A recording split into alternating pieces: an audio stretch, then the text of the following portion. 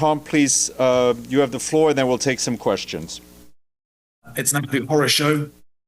Al-Fasher, based on the testimonies I heard from many survivors, is basically a crime scene right now.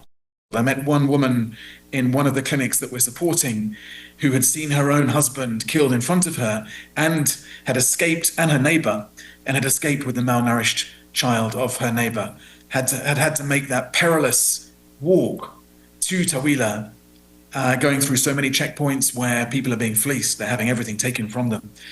En route, while she carried this malnourished baby, she had her leg broken by men on one of those checkpoints. And I think you can probably fill in the rest of that story. A horror show, absolute horror show. Countless stories like that. It's a sexual violence epidemic, as you know.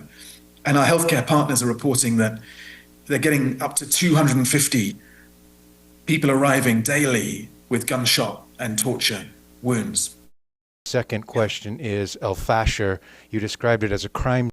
The commitments I was seeking from the RSF and actually from other parties on the ground are that we get unhindered access to people on the basis of need, and that this is never politicized, that we don't go in, of course, with any military accompaniments and so on, that we are going in under our own steam.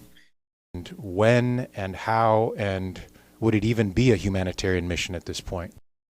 In terms of when we get into Al-Fasher, I wouldn't want to put a deadline on it, because we want to test our conditions and make sure we're confident that they will be met.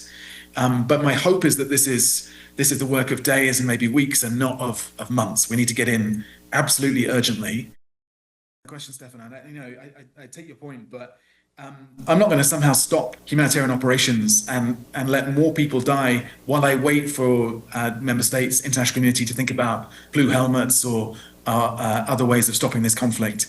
I have to deal with the reality on the ground as we find it, and that means we'll save as many lives as we can in the conditions in which we're allowed to operate.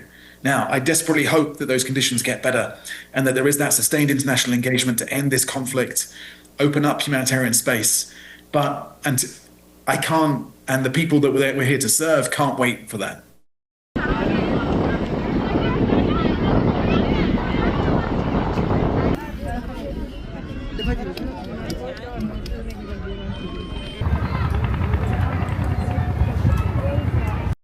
We're in Korma in Darfur. We're very close now to Al-Fasher, which has been the epicenter of inhumanity in this conflict.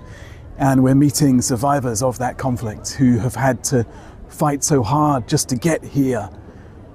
Moving along that road where there's extortion, there's brutality, there are mass executions, there are mass rapes, and then they get here and they're in desperate need of help.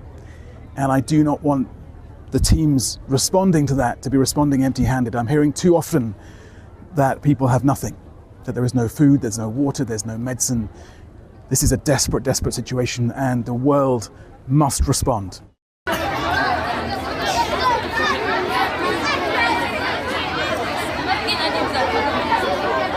Korma, I also met with RSF representatives to make clear that we demand full accountability for the atrocities that have taken place in Al-Fasher, that we insist on full civilian protection, and that we will be vigilant in protecting civilians, and we demand that of all the parties on the ground.